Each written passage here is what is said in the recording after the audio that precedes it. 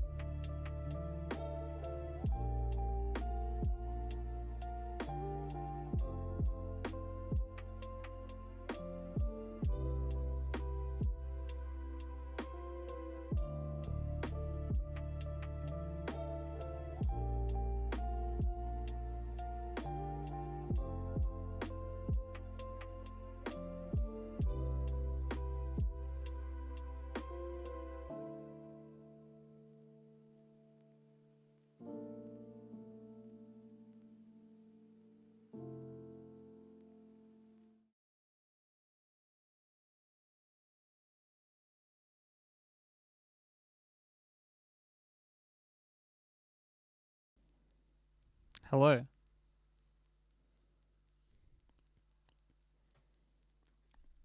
Welcome to me talking about my experiences learning to adapt. I think the music cut out, right? Because there's no like music on here. Let me fix that by doing this. Hopefully. Did it work? Did it work? I think it worked. Okay. Welcome. That's my favorite streamer, yeah. Today we'll be talking about how to adapt in Ulti, or how I learned how to adapt, or how I... Let me turn this down.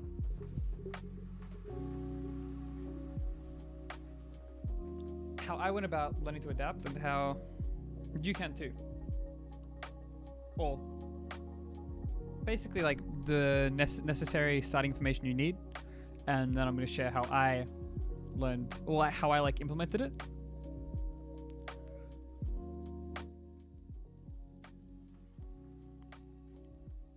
Yeah, how I learned to implement it, and yeah, hopefully it helps.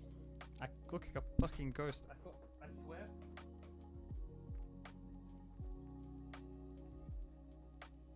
I swear in like the tech check it looked better. That looks fine.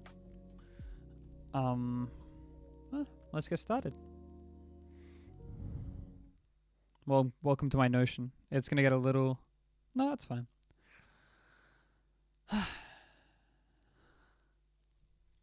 Oh, do you have audio and stuff? I'm just making sure. You got me. You don't have the lo-fi. I want to get you the lo-fi. Hold on. Yeah. Sick. You got the lo-fi beats now. White background Notion. Hey, it's a day one. It's a day one. I never got the Connor like, you know, masterclass. Where was my other thing? That was OBS. Alright. How to adapt in Smash Ulti. A beginner's guide. To start, let's define what adaptation is. What is adaptation in Smash? It's a very nuanced like thing, and there are many right answers. However, I'm looking for one. Can these top players in the chat give me this answer? Hi, Larry. Do slash for headings? Sick. Thank you. Yeah. What is adaptation in Ulti? Can I get an answer? Can I get a try from an answer in chat? Anybody? You're all gone.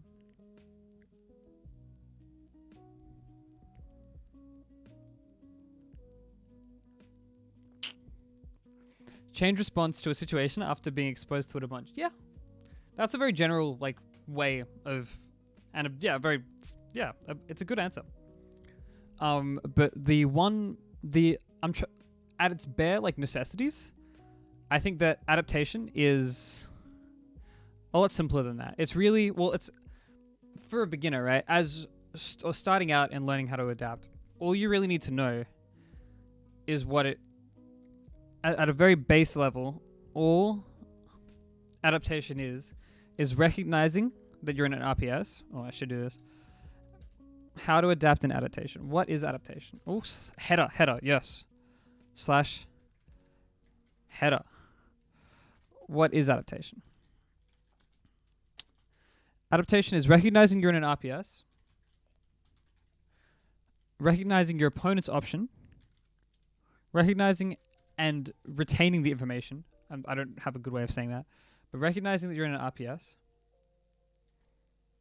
Oh, sorry. Recognizing and engaging is a good way of saying it, actually. Yes. In an RPS. Noting your opponent's option. We'll say preferred option.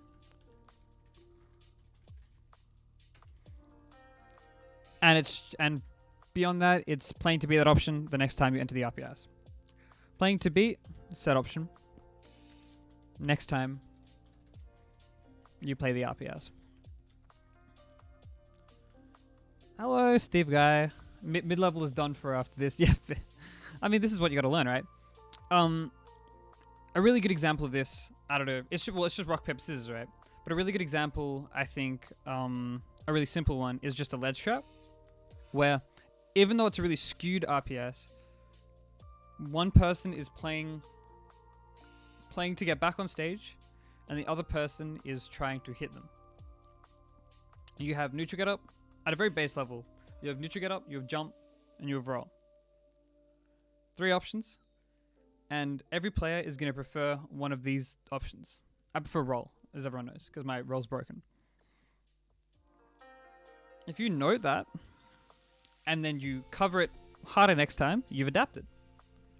At a very base and at a very basic level, you have adapted.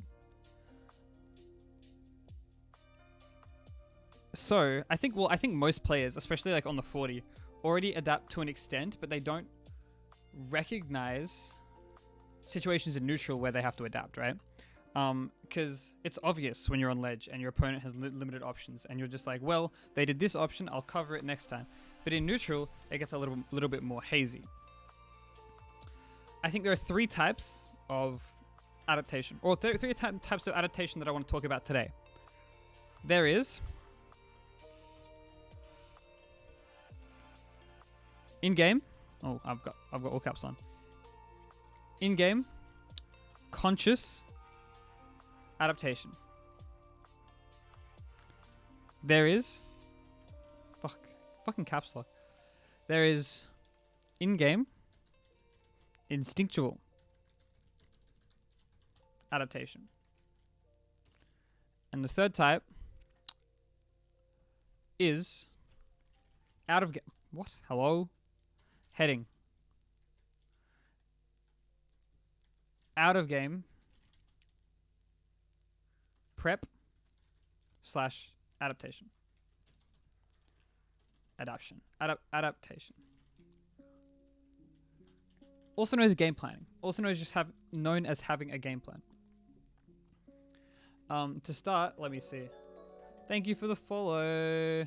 Guts. Hi, welcome.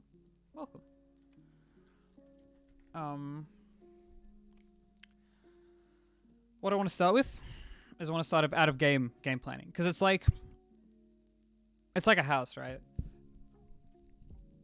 Having a game plan and having an idea of what you want to do and how you want to play around your opponent's character before you get into the game serves as the bricks to a house. It's the building blocks for on which you adapt.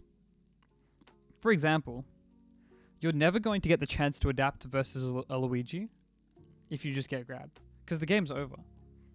And that's just obviously, if you've never played Luigi before, you're gonna have to adapt to the fact that he's looking for grabs. But if you can recognize that Luigi will grab and instantly play around that. Sorry, I've just used Luigi as an example because Thomas was the recent chatter. You can save yourself time in game and save yourself thought in game. The first thing that I think all players who feel like they struggle to adapt in game,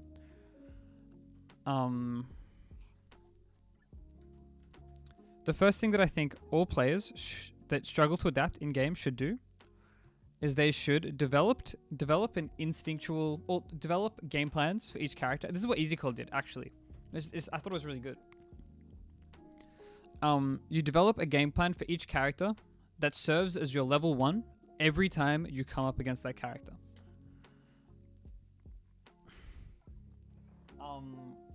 And the purpose of this, that's the first step, right? That's the knowledge step. And this will be a recurring theme as we go on, where there'll be a recurring theme of knowledge, gaining the knowledge and then being able to apply the knowledge. And it's 2 very different steps. They're 2 very different things, right? They're very different things to train. One of them is easier for some people. One of them is easier for another. One is easier for some people, but depending on let me rephrase. Depending on the type of person you are, it'll be easier or harder to have knowledge, or to gain knowledge, or to apply said knowledge. I think that every player has to train themselves to instinctually play to your win cons after you've game planned. This obviously takes time and is often taken for granted by many players. But yeah, again, if you get grabbed by Luigi, you're going to keep getting grabbed.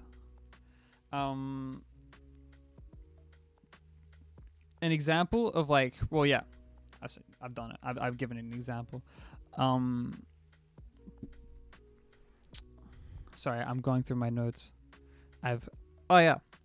How will you play? Neutral, advantage, and disadvantage, right? That's kind of what you want to know. Like, that's the knowledge side, right? Sorry. The 3 things, or the 4 things you want to answer is, how will I play neutral? How will I play advantage? And how will I play disadvantage? Advantage and disadvantage are very easy, because you list off your opponent's tools, you list off your own tools in each situation, like in generally advantage or disadvantage, and you go, oh, this is what I can do in my single player game to reduce the chance of either me being killed and give me the greatest chance to get out of disadvantage, or how I can push my advantage the hardest against this character. Thank you for the follow. No, thank you. Welcome. This is like a unique... It is. That's the point of it, right? But with lo-fi, because I'm hip like that. That is the easy part, and I think a really good example of this is when Beat and I, we watched Ling and Tilde together. They played like a month ago at some New York tournament, and while I disagreed with a lot of what Tilde did, what Ling did in neutral, I loved how he played advantage and the fact that he would basically float near the ledge and then back air. And then the back air would linger long enough to hit the Firefox every time. It was basically a 50-50 on whether they were put into a text situation or not. And I really like that. And I stole that. And I've been doing that recently in our sets, where I've been going off stage a lot more, but I've been going off only a little bit.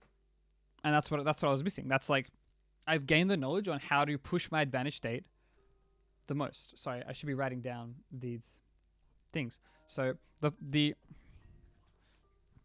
3 things... 3 knowledge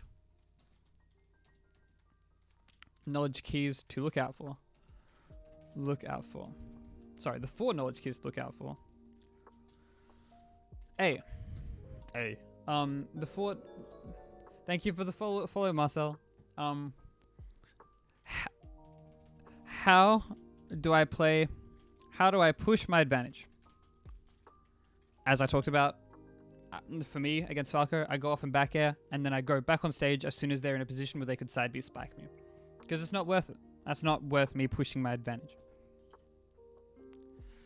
How do I play disadvantage?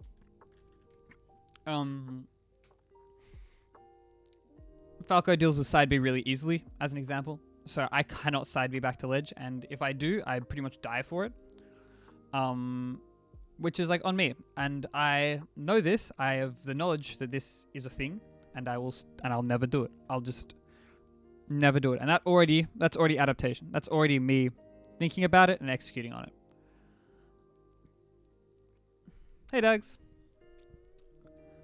And those 2 are very simple, and they're very easy to do. They're also quite easy to apply as like a base, or as just like a feel-good thing, right? Like, you watch a top player play a matchup, you're like, oh, you do what Easy Code did, you write it down, and then you play to it. The more abstract one is how to play neutral. And it gets a little hazy, but the way I like to think about it is, how do you create situations where the RPS is stacked in your favor?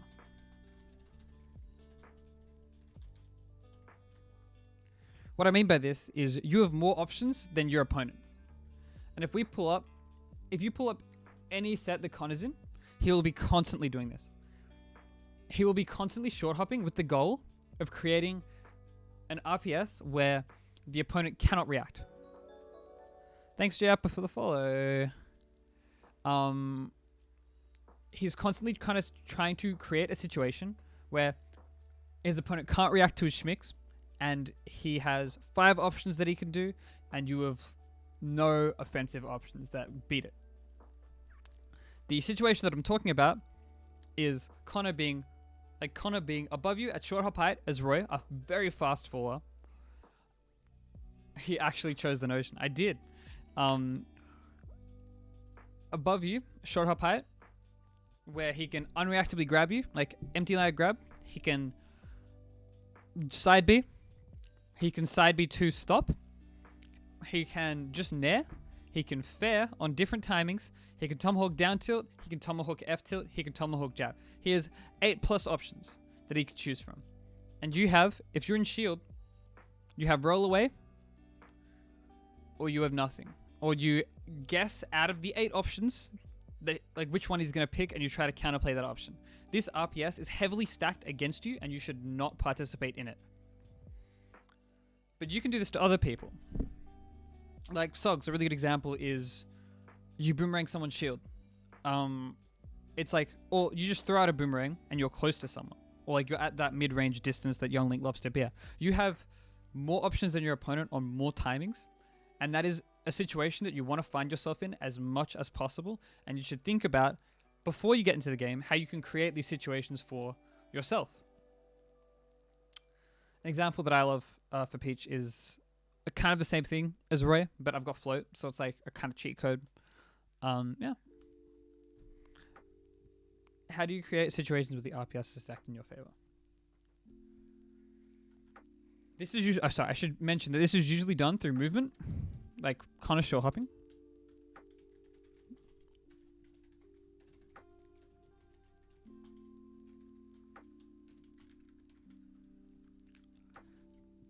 Pokes in neutral. Peach down tilt. Young Link down tilt. Young Link arrow plus boomerang. Young Link has a lot of pokes, actually.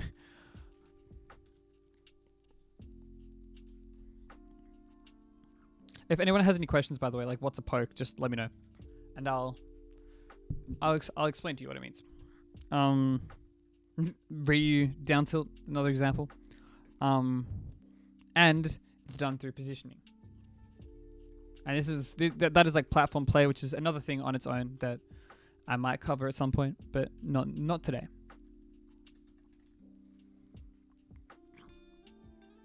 I'll move this up here. And that's the first step to adaptation. This serves. What the fuck? Where's my bold? This serves as a level 1 that all players build upon. If you don't have a set in stone idea on how to play matchup,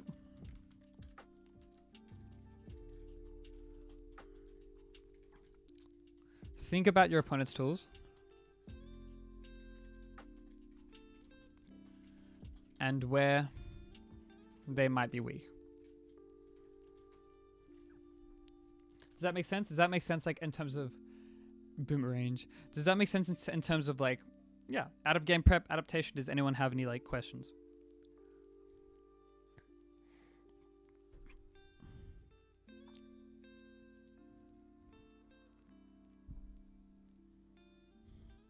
Or would you like to, like, would you like me to pull up? It might take a little bit, but would you like me to pull up, like, video examples?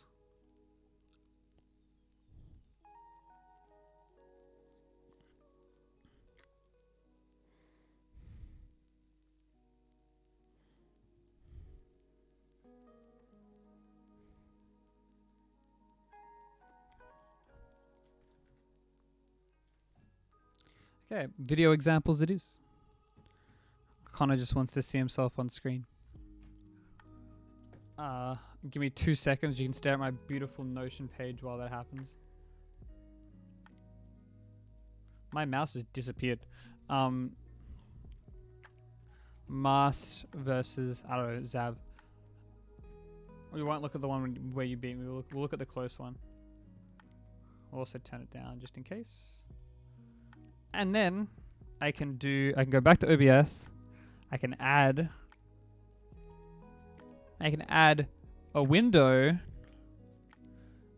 create new EBS versus Mast. Look at us play. Okay, we'll just like skim through, and we'll try to look for a situation where we'll stop at an RPS and we'll count the amount of options everyone has.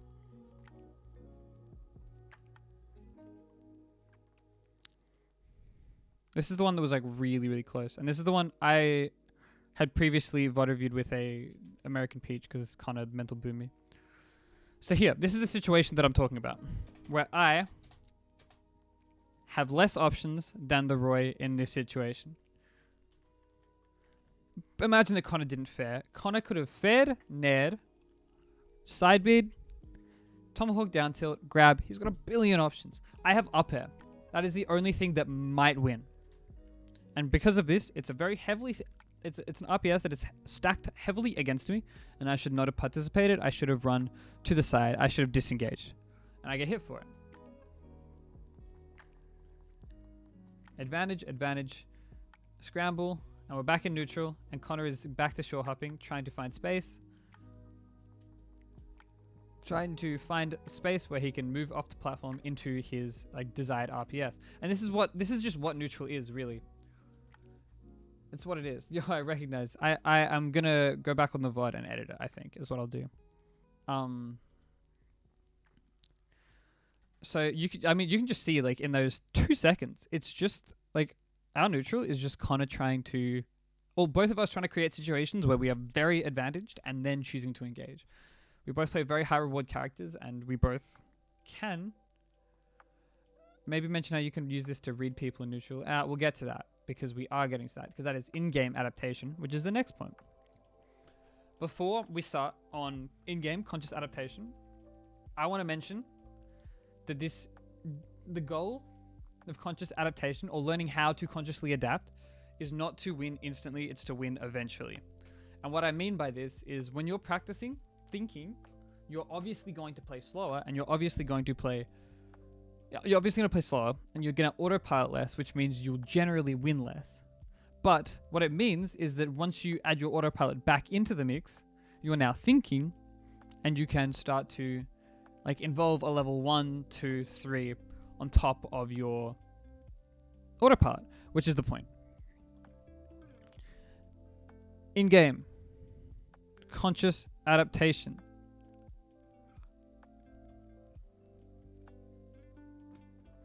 Sorry, 2 seconds.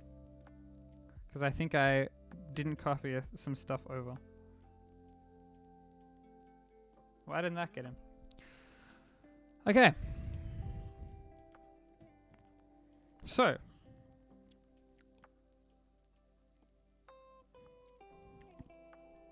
In-game conscious adaptation. This should come into being when you are presented with a problem that you have not thought about or not recognized before. Thinking. This should happen when presented with a problem you haven't seen or thought of before. This could be anything from like a knowledge check to like a character's attribute, like Wolf's Air-Drift, to an option off ledge like Peach side B off ledge. And the reason it's conscious adaptation is because you need to think about what is going on, and you need to consciously think of counterplay. If you were getting down throw up aired by a Danklin, which is essentially, it's kind of a knowledge check.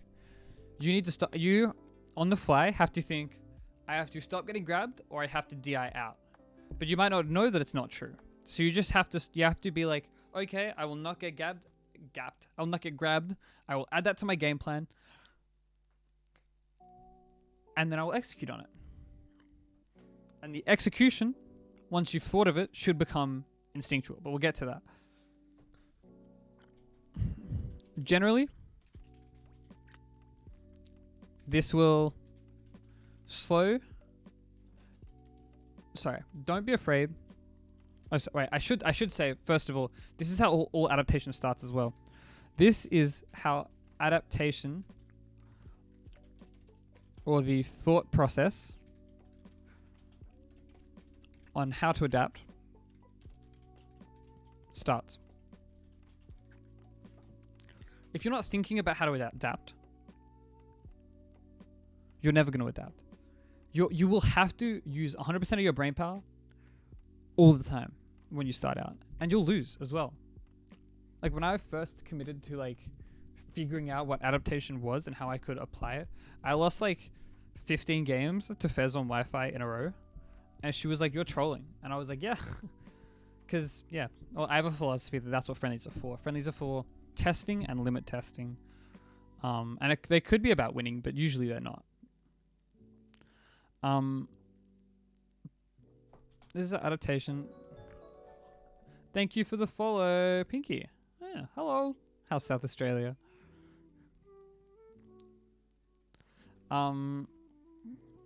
This is how adaptation starts.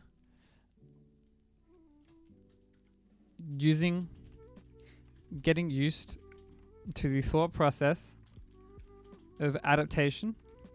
Well, slow first. Will speed up over time.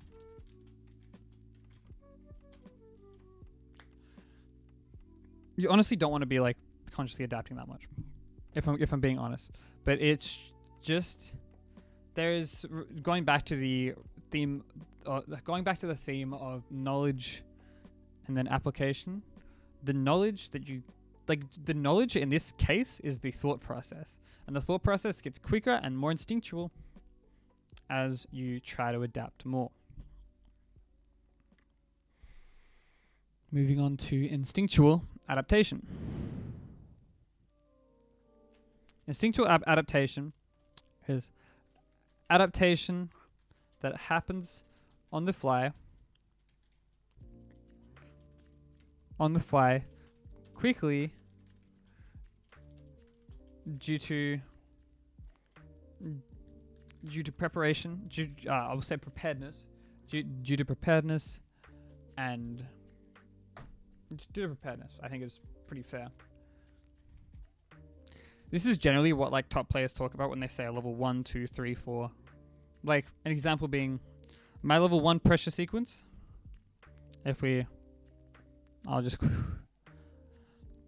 My level 1 pressure sequence is like, I didn't mean to go to classic mode. My level 1 pressure sequence in corner, generally, I know that jumping out of corner is a very strong option against Peach, and I know that I don't want people jumping, and I want to condition them out of jumping. Therefore, my level 1 will be covering the jump before I have any intel on my opponent. Training. Thank you, Silver, for the follow. Welcome. So say that my opponent is in corner. Hi, Rhea. Go that way, go that way, go that way. I will generally cover this and then jump. And I will try to do it in like the least committal way possible. But I am covering space and then jump. But the whole time, cover and jump. That's level 1. And then when opponent proves that they can adapt and they start, for example, dashing under, or anti-airing me, or rolling, then I move to my level 2. Hi, Soda. Yeah. And then I'll start covering it, or I'll start mixing up my timings, or I'll take more space back. But I'll do that. I'll change depending on what my opponent does, which turns into my level 2. And then when my opponent adapts to that, that's level 3. And this is all instinctual because I've seen the process and the opponent's options so many times through repeated exposure that when my brain sees they're rolling out of corner, I will cover roll next time. It's just like, I don't think about it.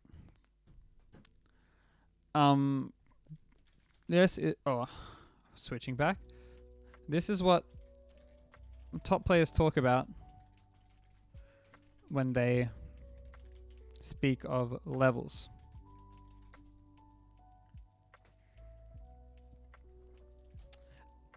What's a good example of like an RPS like with levels in neutral? I know.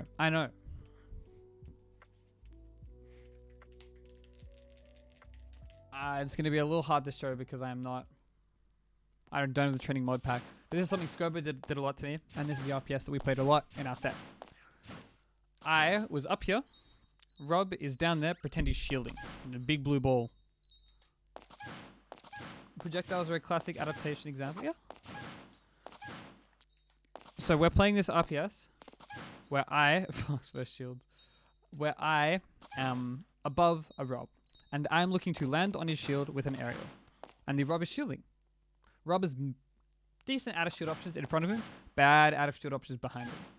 So the RPS is very much in my favor if I go behind. Fez, if you could elaborate on that, it'd be sick because I'll go through it. If I land in front, he's got grab. If I land in front, he's got fair. And I was landing in front a lot because Scobo was spacing, so I could not drift all the way back here. He would like preemptively up air, or he would do some bullshit.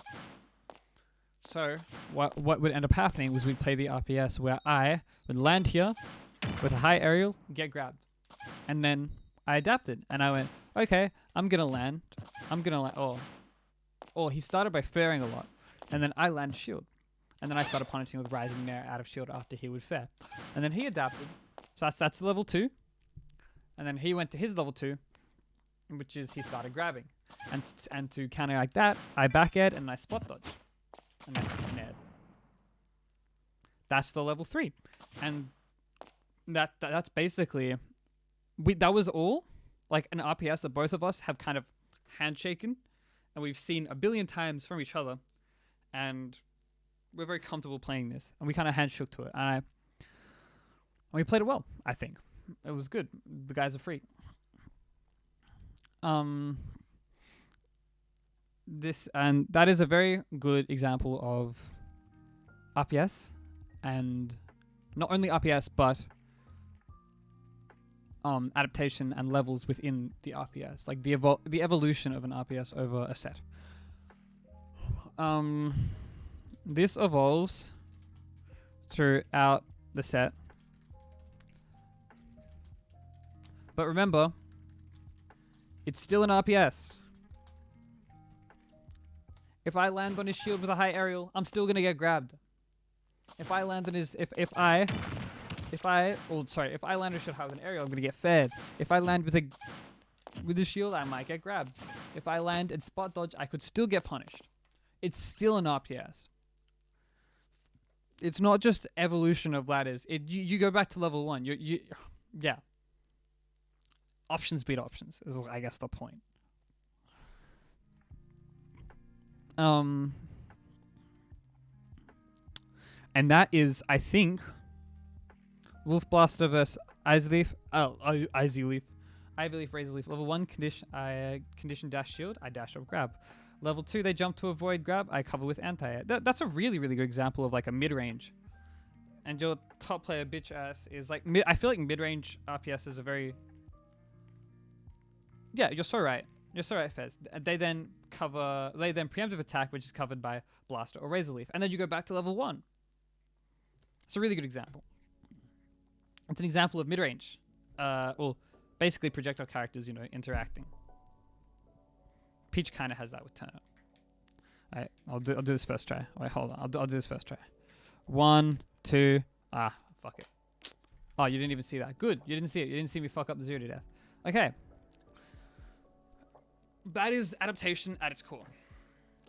I think you don't really need to know any of this. This is for like the brains players of all of you. This is for the people who need the definitions to understand. The fun stuff. But Xavier, this is all well and good, but how do I implement? Beginning to learn to adapt. And keep in mind, this is my experience, and this is what I did. This is how I began to start to learn to adapt, and this is the process that I decided to undertake. I kind of made it by myself, and it's a process that I do a lot to improve at a lot of things. where I will go into quick play and I will basically troll my games, and I will lose most of them, or if not all of them. But I'll be working really hard on this one topic, and I'll trust the process. Beginning to learn to adapt. I went on quick play. Whoa, terrifying, fucking terrifying. I went on quick play. I went on quick play. I said that like 5 times. With the intention to force a specific RPS on my opponent that I felt was favorable. The example that I'm going to use today, because I'll play a quick play match, is Palu up tilt. Oh, sorry, Palu up tilt. Palu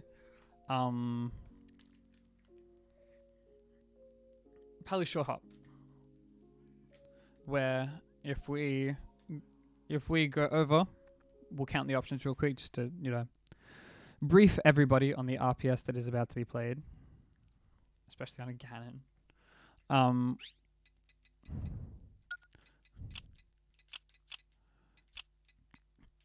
Speed, that's what I'm looking for.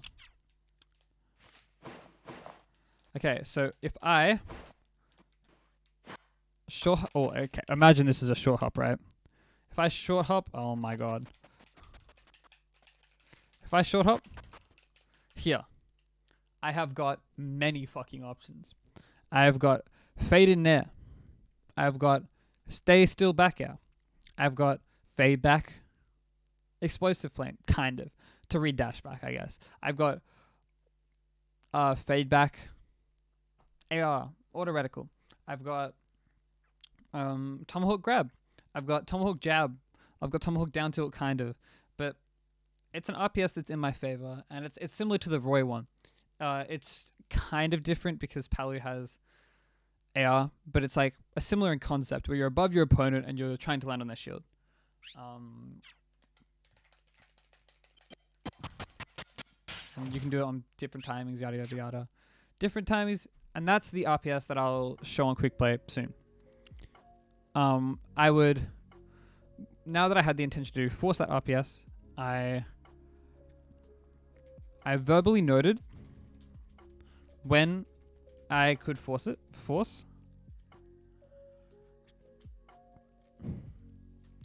I verbally noted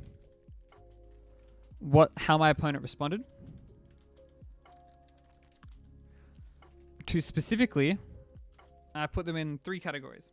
Are they a preemptive Pete?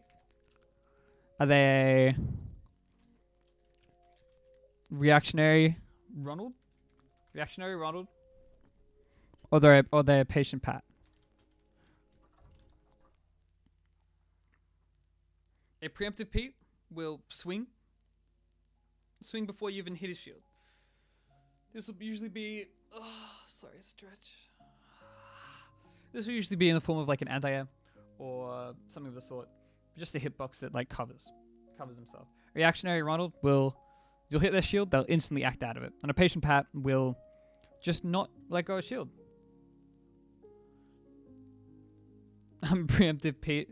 You are a reactionary Ronald if I was to list you.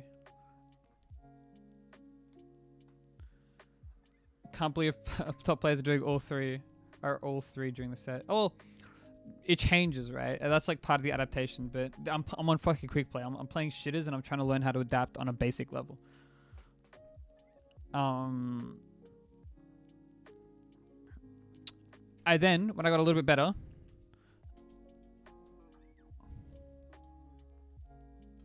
patient Pat, aptly named, is true. How do I get this back? How do I get this? Oh my god. That's fine. When I got a little bit better, I verbally noted what option my opponent picked. I then would think to myself, and again, verbally, I feel like saying it out loud was important to me because it made sure that I didn't get lazy, and it forced me to actually use my brain at all times. I verbally noted what I was going to do to counterplay what they're doing.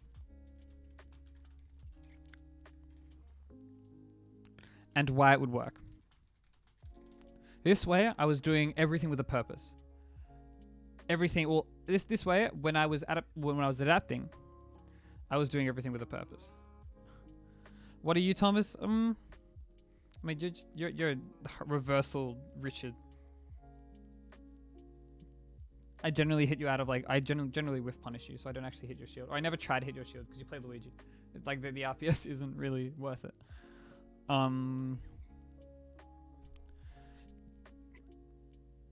I verbally noted, and I think it's very important. It's very, very important to know that I don't expect to win.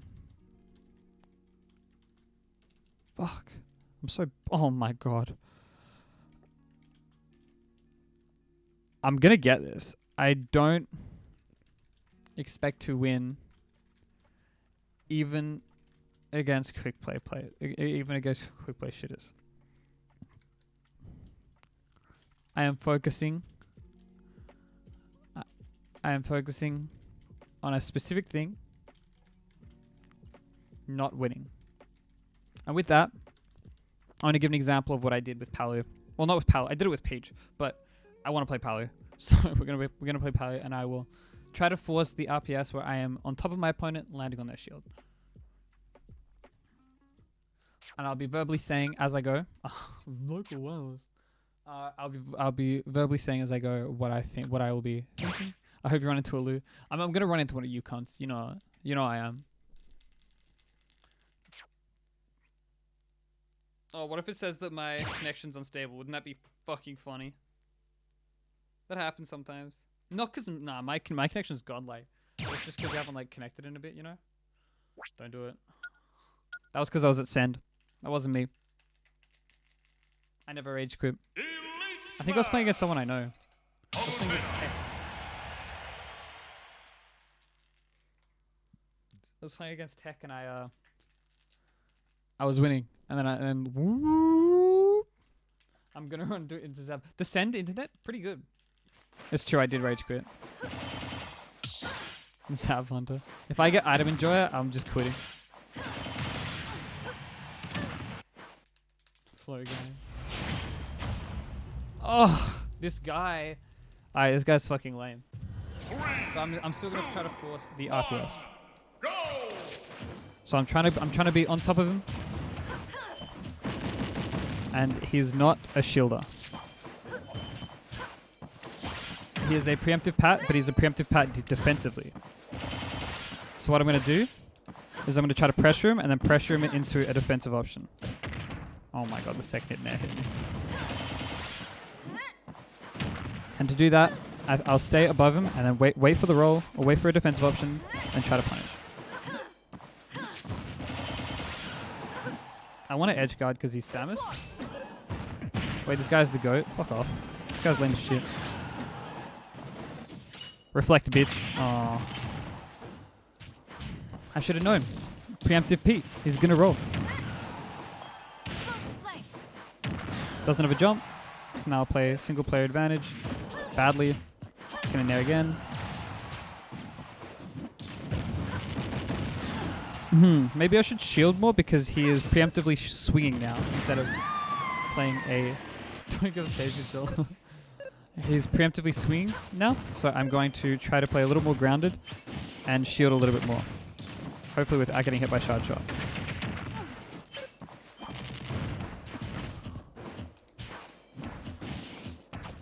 Nice. Probably back Oh my god, I thought I died. That's crazy. Dude, Samus's movement in the air is kind of fucking cracked, eh? Don't get charge shotted. Nice. Try not to get up smash. Yo, we saw that. Aggressive preemptive Pete. Yeah. I mean, preemptive Petes are generally aggressive. It's rare that you'll find one. It's really only online that you'll find one that just doesn't do anything. That well, it's being an aggressive Pete is very very like it's very risky in the fact that everyone loves reading a roll, you know. Okay, there's a jumper off ledge, but so this game's quite a bad example because I've had to stray from the original game plan quite quickly as it just would not work against this guy. Being in the air is too slow, and it just wouldn't work, you know. But I'll go back to it.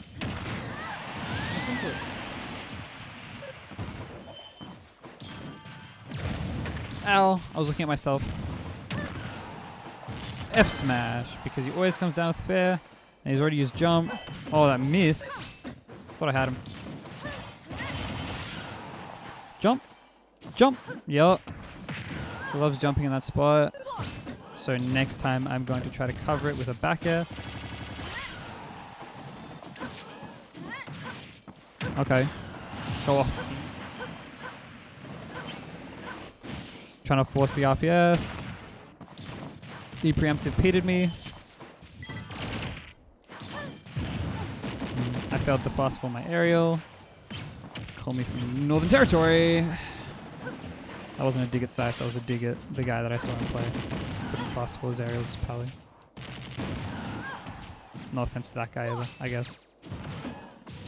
I lost the game. But you can tell that I was thinking because I was verbally saying the whole time how I thought, like what was going through my head, what I thought was going through his head, and I categorized him into a preemptive Pete and played accordingly. No, that guy sucks. According to this document, that guy would have won EVS. I just think that if I can say what I was thinking the whole time, the real Zav.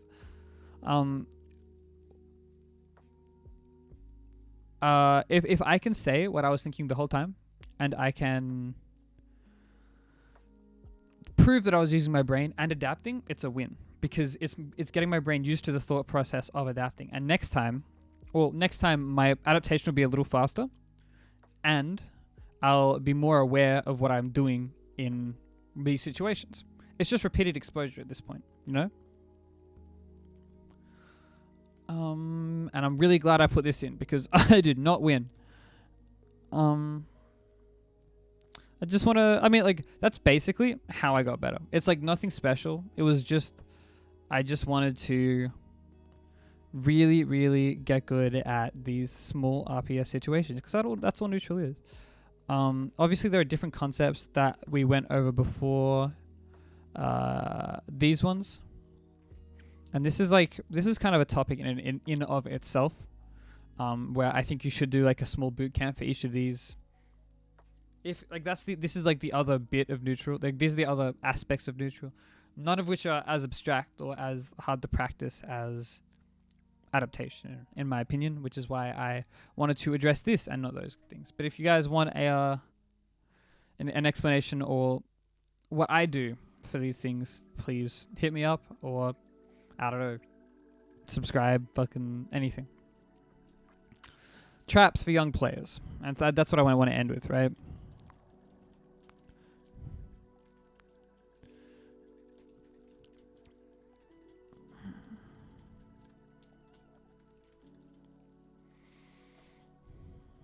Where I'm losing. I'm just gonna do what feels natural. Wah. Into win. Wins on quick play. You're gonna win on quick play. Everyone here is like good enough that they're probably gonna win on quick play if they just do what feels natural. Because what feels natural is what's always worked, and what's always worked is the autopilot. But once you get into the players that do start to adapt, you will need this to go further. You just will. What emoji should I put? I put Starstruck, but that's just the first one I saw. Wah!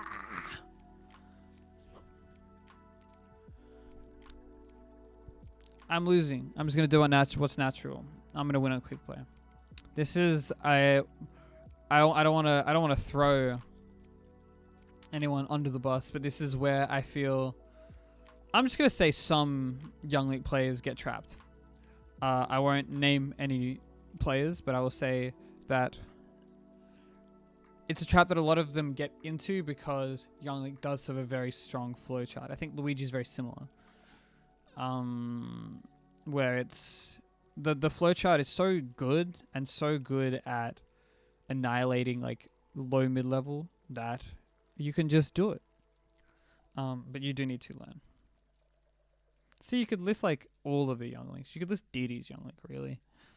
No, you can't. Okay, Didi adapts. The other big trap is that Jono. The other big trap is looking back, is getting frustrated, because everyone's gonna get frustrated at this. I completely mental boom. I fucking not melted down, but I died on the way up to Queensland mentally at getting destroyed by Strix and Ernest, who just felt like I could only do one thing and they could do a billion.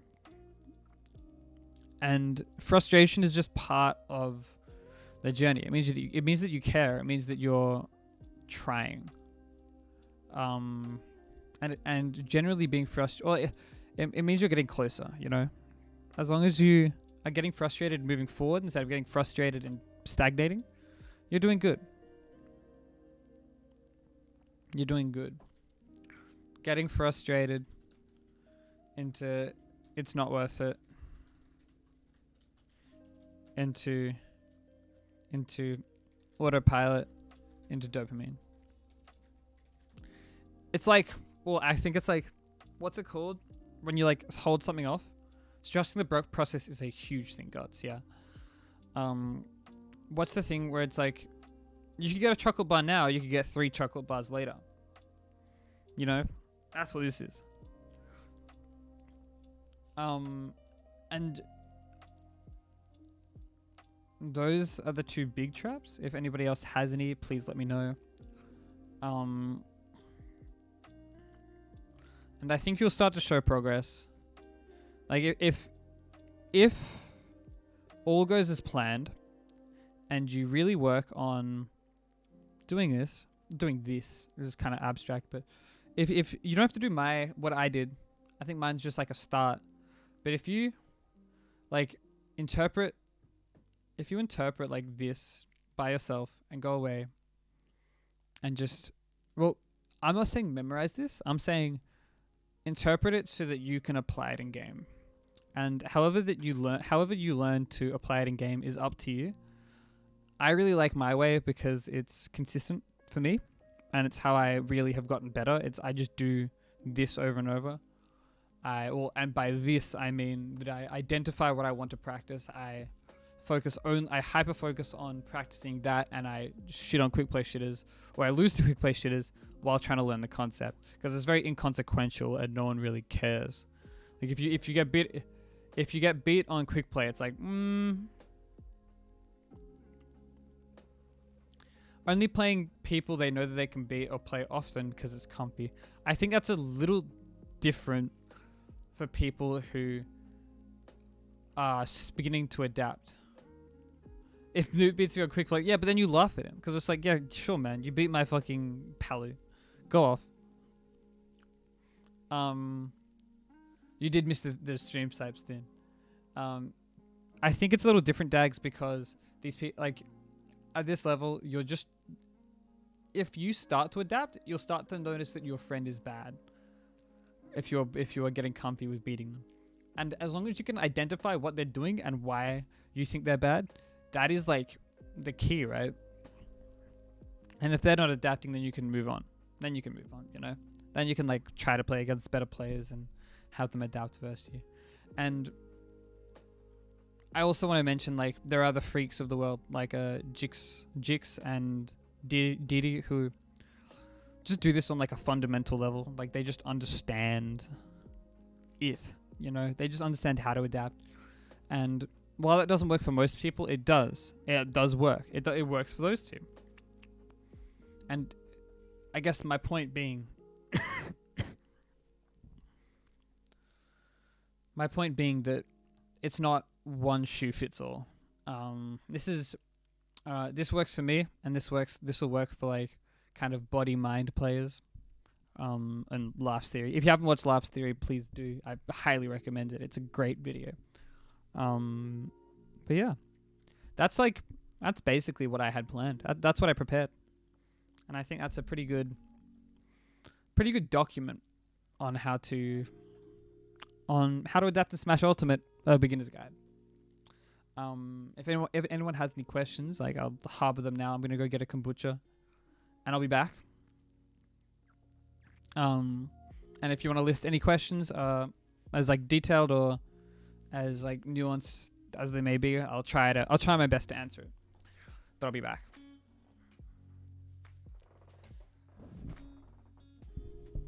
No problem, Fat Bean Zoo. I'll get my song to you. I'm so sorry. I keep like forgetting because I really have a terrible, terrible memory. I'm hoping my controller doesn't fall. I'll be back. Kombucha is my second one for the day, dude. I'm addicted to this stuff.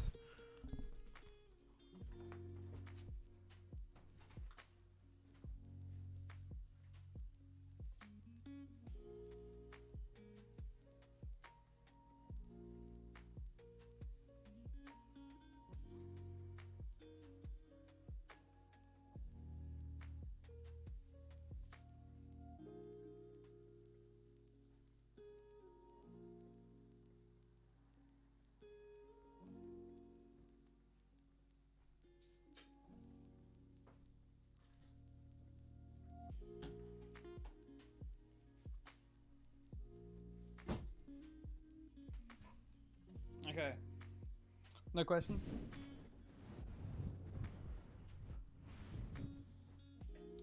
Jesus, that was a fucking hour. I didn't plan for it to be an hour. I'll probably try and shorten it next time, or talk about like smaller things or small aspects. So that was my bad. That's the first time. I just like prepared a lot because I was at Send and I wanted to. And it's a concept that I recently tried learning.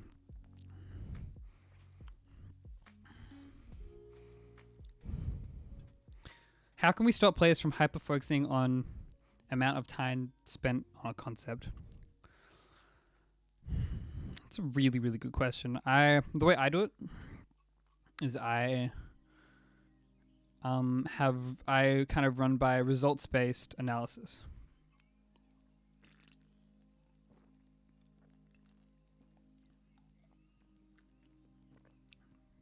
And what I mean by that is I kind of go by feel on... Well, I work on a concept till I feel that I am applying it instinctually. And that kind of leads to me... I could spend a week on a concept. I could spend 3 weeks on a concept. But what's important is that... Well, I think a really good example, actually, of like hyper-focusing on a concept, if Connor's still here, is Tomahawks, and Connor focusing on Tomahawks as that is like a huge part of his game. And how you stop yourself from hyper-focusing like that, in my opinion, is you just cut off all access in your head to... You cut off all access to that Tomahawk and you just don't let yourself do it for like 3 weeks. And you come back to it and hopefully it's more in moderation. I did do it for tech. I did it for specifically tech. I forced myself to not practice tech for 3 to 4 weeks while I was learning neutral. Because I knew that as soon as I would go back to tech, it's an easy way out. It was a way for me to be like, oh, but if my advantage state was better, I would win. But I knew that I had to learn neutral, you know? I knew that I had to, at some point, learn how to play against these really good players. And that's what I did. So I think the way you do it is you cut off access to said concept for 3 weeks once you realize that you're hyper-focusing on it. If you don't realize you're hyper-focusing on it, then there's nothing really you can do because you feel like you're putting a lot of time in and you're getting a lot of reward out of it. And as long as you're getting a lot of reward, I think it's fine. I hope that answered your question. Ernest doesn't let me adapt versus him. How can I make changes without him showing me anything? I think that's a problem with your game plan and that you feel and that Ernest is just beating you before the game starts. What I mean by that is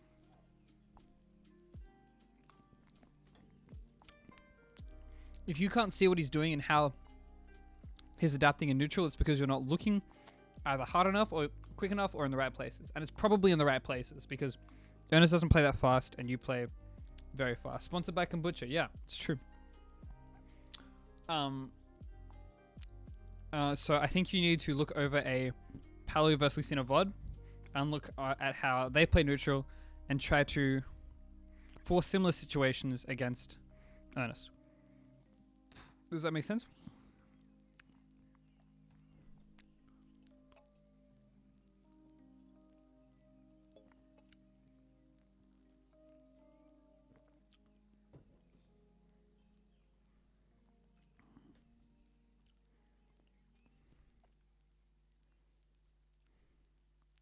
Dude, I feel that when I verse DMO, I think my problem is I'm failing to switch from level 3 back to level 1. And that's failure to recognize that it is an RPS and not a constant evolution. I remember you telling me, you're the one that actually told me, Fez, that I was when I was trying to learn, I was like, well, my opponent is not giving me the level 2, what do I do? And you said, just keep doing the level 2 till it works. And I think that's true to an extent. Where... Fuck, I love kombucha. It's true to an extent because I think if your opponent does something once, it's an option. If they do it twice, it's a habit. It just does feel, it doesn't feel that it just does feel that it just feels that it doesn't matter what adjustments I make. I'm always a step behind. I should finish Fez's thing. Yeah, you need to recognize that it's an RPS. And that while you won't win it all the time, you can also just pick like random options, or just like play the mix-up game. Once you have enough mix-ups, like for example the Roy having eight mix-ups, you want to get to the point where it doesn't actually matter what you do; it's completely random because the likelihood of your opponent counterplaying the correct option out of those 8 is just like incredibly low. There was a really good, if you look at the Mars video where he analyzes Tweak Leo at Riptide, he speaks about how both players mix up games are so good that they are just having to play neutral. They're just having to play positioning poke tools and whatever the fuck the other one was. Hello Drumgas, how you doing?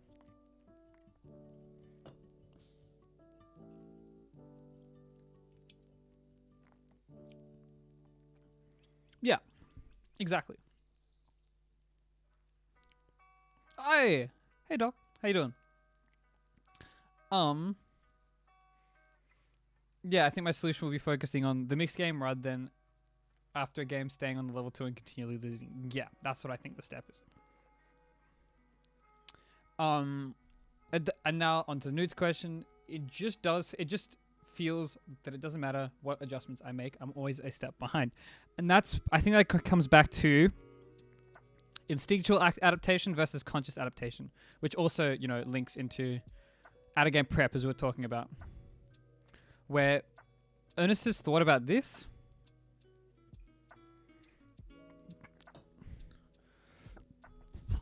Ernest has thought about this before the game started, so that his adaptation is faster because it's all instinctual. He's seeing what you're doing and he already has an answer for it pre-prepared. Therefore, it's a lot quicker for him to adapt. Where you, when presented with the level 2, are having to think of counterplay and then... How do you know this stuff? Where do you figure it all out? I talk with a lot of top players and I kind of I kind of interpret it in my own way, and this is how I interpret it. I think about it a lot. I hyperfixate on it for days, for weeks. I got really angry at this for like 2 weeks because I couldn't figure it out.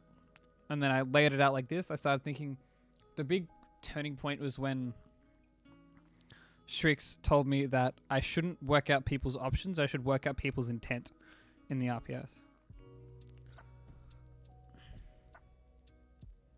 And that meant that I started looking at why people were doing certain options, and that led to the realization that the RPS isn't an evolving thing. That was the it isn't an evolving thing. It's affected by other factors other than the situation that you are in, including stocks, lead. It's like stocks, lead, how confident they feel, how scared they feel. And that made me think about all this. That like led to this. And this is like this is without much nuance, this adaptation thing. Like this, laying out what adaptation is. It's without a lot of nuance because I think the next step for anyone that nails this is to then move on to the why. Like, why are people doing these options? What's the intent behind the options that they're picking? Like, do they want to kill me? Do they want to just like get in? Do they want to get to a certain range? Do they want to set up a favorable RPS? What favorable RPS do they want to set up? And that moves into neutral. This game's sick, basically. How did I work it out? I thought about it. I fucked on. And Anthony, did you hear what I said?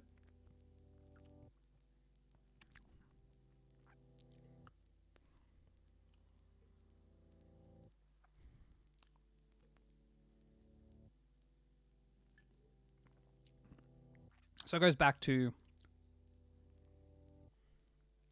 Cloud will jump because they want to bear. Luigi will grab. Yeah. That's really game planning. Why are you saying fuck? Why are you swearing? Din, when are you going to come back to events, man? I don't know. I don't have an answer for you. Why not? I guess. It's an emotional release, I guess.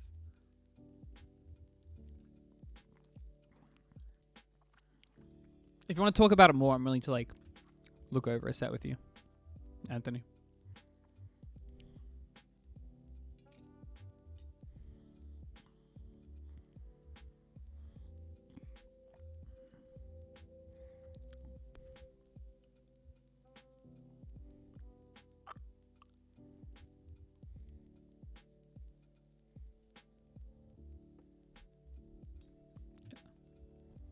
It's very funny. He like very quickly between tournaments will know that I've done my homework, like how to deal with a certain problem. Yeah. But he's played Palu for fucking years, bro. He's seen all that shit. I don't think you've played a Lucina like at his level, like ever. I'm not saying that Princess at his like prime was your level. I'm saying that Princess has the same character and the same tools, so he thought about it.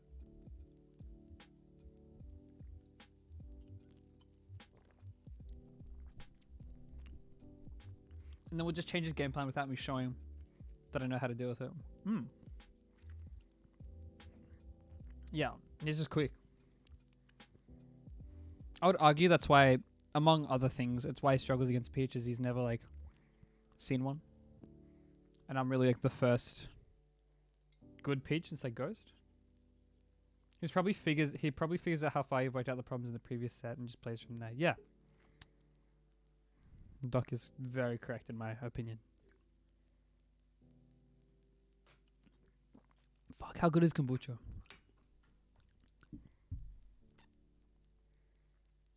Yeah. Any other questions, or should we wrap it up? I got an hour. Can you read this? I will put it on Twitter. Should I put like I'll export it to a PDF, put it on Twitter, and I'll put it in like a folder on Notion so I can like layer it. Or I'll get Connor to show me how I can share Notion shit. I don't know. You can read it. I will put it up somewhere. Okay. I'll wrap it up. Thank you for all coming. It's been really good. I've really enjoyed giving the presentation. I'm hoping that everybody else enjoyed it. I hope that anyone who's seeing like after the fact is like hopefully get something from it. No problem, Fez. Thank you so much for being here.